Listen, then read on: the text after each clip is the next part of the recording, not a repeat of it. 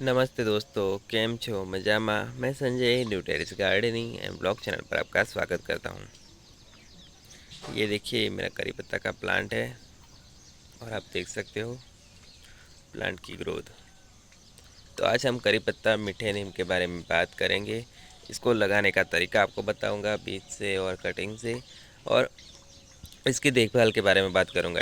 इसमें कौन सा फर्टिलाइज़र देना है ताकि आपका प्लांट भी एकदम हेल्दी और हरा भरा बना रहे, कैसे मिट्टी में लगाना है, किस तरह आप ग्रो कर सकते हो, इसके लिए बेस्ट सॉइल मिक्स क्या है, अगर गमले में लगा रहे हो तो किस तरह इसकी देखभाल करनी है, उसी के बारे में आपको पूरी जानकारी दूंगा। तो आप मेरे वीडियो में लास्ट तक बने रहिएगा।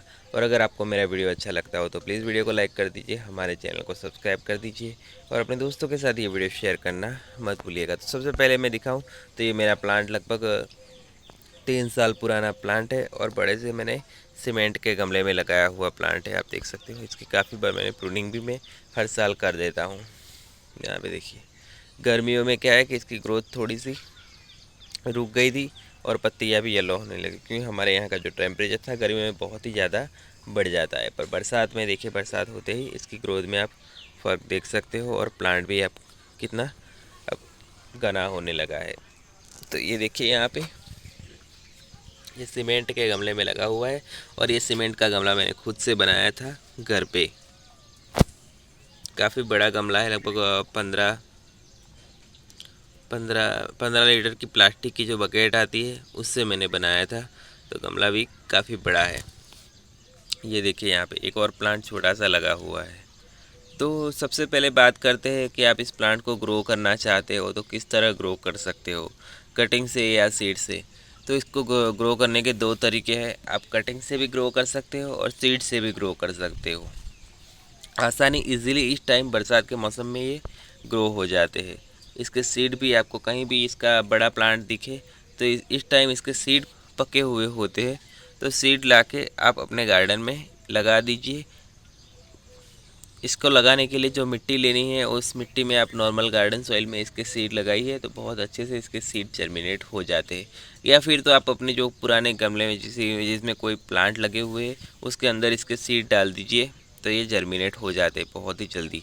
इसके सीड आपको कहीं भी आपको मिल जाएंगे, जो बड़े बड़े प्लांट रहते हैं इसके, तो वहाँ पे इसके सीड बनते हैं। तो ये सीड नीचे पड़े होते हैं तो नीचे छोटे छोटे बेबी प्लांट भी निकल के आते हैं। तो वो बेबी प्लांट निकाल के भी आप अपने गार्डन में ऐड कर सकते हो। ये देखिए यहाँ पे ये मैंने सीड से भी, ये भी सीड से ग्रो किया है और ये वाला प्लांट है ये भी मैंने सीड से ग्रो किया है। तो ये प्लांट तो काफ़ी टाइम मैंने बोला, लगभग 2-3 साल हो गया। और ये प्लांट देखिए ये अभी लगभग 7-8 महीना या इससे ज़्यादा हुआ होगा। गर्मियों में क्या था, इसकी ग्रोथ थोड़ी सी रुक गई थी। तो ये भी प्लांट देख सकते हो आप, इसकी भी ग्रोथ होने लगी है। तो आप सीड से ग्रो कर सकते हो बहुत आसानी से। और कटिंग से ग्रो करना चाहते हो तो कटिंग इसकी इस तरह की लीजिए, थोड़ी पेंसिल साइज़ की कटिंग लीजिए और 5-6 इंच की कटिंग लेनी है आपको। एकदम छोटी नहीं लेनी है और बड़ी भी कटिंग नहीं लेनी, पेंसिल साइज़ की कटिंग लेनी है। और कटिंग ग्रो करने के लिए जो आपको मिट्टी लेनी है ना, वो मिट्टी में देखिए आपको नॉर्मल गार्डन सॉइल ले ली है और थोड़ी रिवर सैंड मिक्स करनी है। उसमें फर्टिलाइज़र यूज़ नहीं करना है, फर्टिलाइज़र बिल्कुल भी यूज़ नहीं करना है। बस आपको नॉर्मल गार्डन सॉइल और उसमें रिवर रिवर सैंड मिक्स करनी है, क्योंकि गार्डन सॉइल बहुत ज़्यादा चिकनी होती है कभी कभी। तो उसमें क्या है कि कटिंग हमारी ग्रो नहीं हो पाती है और वो ख़राब हो जाती है। तो इसीलिए हम रिवर सैंड का इस्तेमाल करते हैं। तो ये देख सकते हो। तो इस तरह की मिट्टी आपको लेनी है कटिंग ग्रो करने के लिए और सीड जर्मिनेट करने के लिए। सीड ग्रो कर रहे हो, सीड ग्रो कर रहे हो तो सीड के लिए भी आपको सेम वही मिट्टी लेनी है और ग्रो करना है।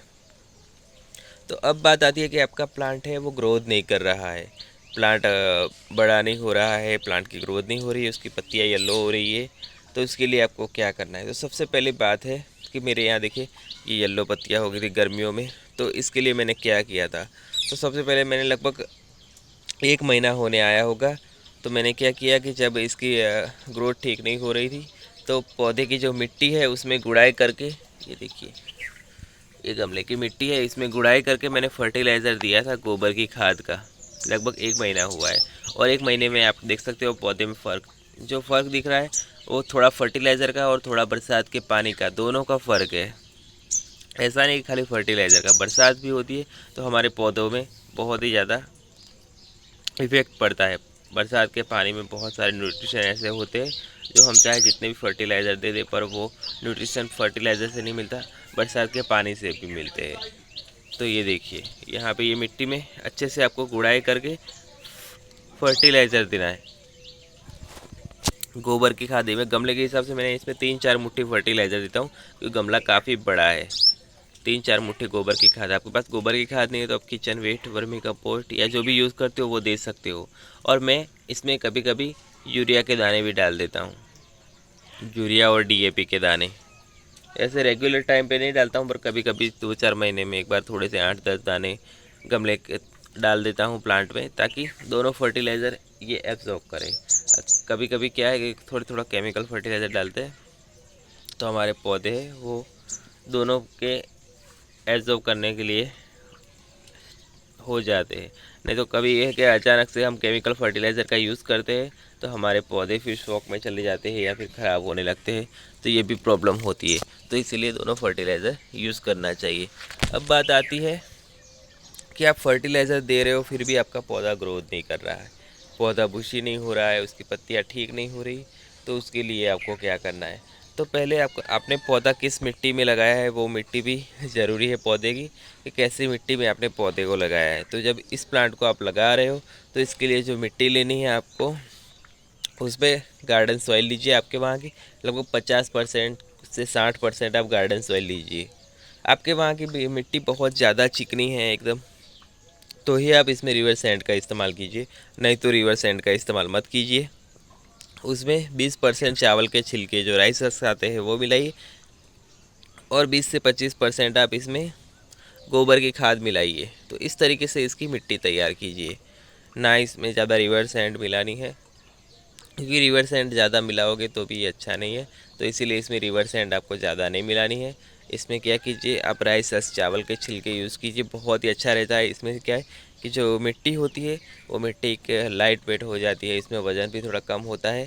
और रिवर सैंड के क्या होता है, रिवर सैंड में कि जिस पौधे में हमें रिवर सैंड, जैसे अर्डेनियम है वैसे वाले प्लांट है, उसमें रिवर सैंड मिलाना ज़रूरी हो जाता है। पर हमारे जो परमानेंट फ्रूटिंग प्लांट है, जो फ्लावरिंग प्लांट है, हमें चंपा है, उसमें थोड़ा रिवर सैंड मिला दे। पर फ्रूटिंग प्लांट में क्या है, हमें रिवर सैंड थोड़ी अवॉइड करनी चाहिए। जैसे ये हमारा प्लांट है तो इसमें रिवर सैंड की बजाय आप राइस हस्क मिलाइए, बहुत ही अच्छा है। तो इस तरीके से आपको इसकी मिट्टी तैयार करनी है और मिट्टी अच्छी सी वेल ड्रेन होगी। और इसमें एक बात का और ध्यान रखना है कि पौधे को आपको ऐसी जगह पे रखना है, जी हाँ, इसको कम से कम 4-5 घंटे की धूप मिले, कम से कम।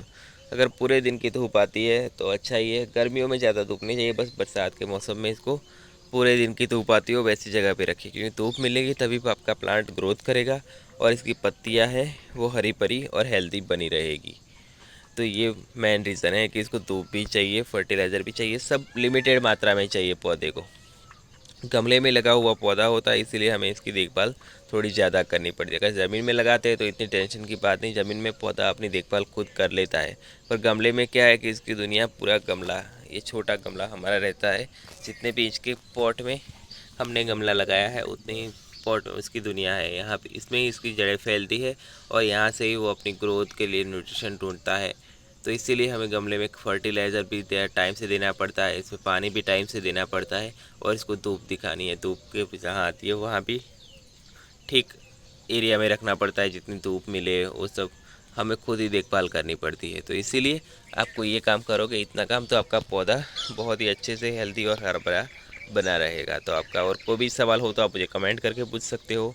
और आपको मेरा वीडियो और इन्फॉर्मेशन अच्छी लगी हो तो प्लीज़ वीडियो को लाइक कर दीजिए, हमारे चैनल को सब्सक्राइब कर दीजिए और अपने दोस्तों के साथ ये वीडियो शेयर करना मत भूलिएगा। तो फिर मिलेंगे नेक्स्ट वीडियो में नेक्स्ट टॉपिक के साथ। आज के लिए इतना ही। Okay friends, bye.